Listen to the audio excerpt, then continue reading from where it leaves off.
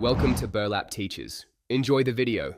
You start by confirming the camera is connected or that your laptop's built-in lens shows a light. Once done, quit competing apps like Zoom or Teams because they lock the device. That alone often frees the feed. Next, open your browser to meet Google. And click the lock icon in the address bar to enable camera access. You do this because browsers block cameras by default for privacy. Allowing it here gives Meet permission to use the hardware. Now you handle the middle, deeper checks. Restart the browser and open Meet in an incognito or private window to rule out extensions. If the camera still reads not found, open your OS camera settings or device manager to see if the camera is listed and enabled. You must re-enable disabled devices. If it's missing or shows errors, update or reinstall the camera driver and make sure your browser is up to date. Drivers and browsers talk directly to the hardware.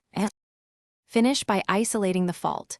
Test the camera in another app or a different user account so you know if it's a system or Meet problem. If external, switch USB ports or use a second camera to confirm hardware.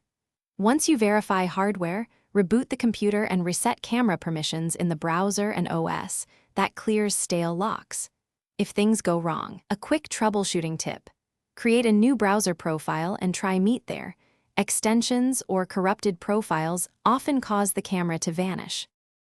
Thanks for watching. Consider subscribing if this video helped you.